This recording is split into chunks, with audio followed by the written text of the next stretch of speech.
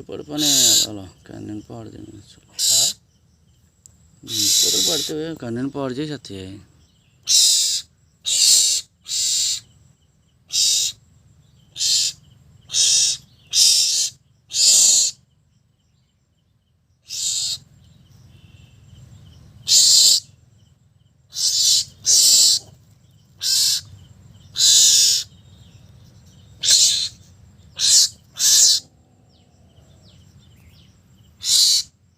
ఊడిపోతే మన ఇద్దరిని గడిచేలా పడినాయి.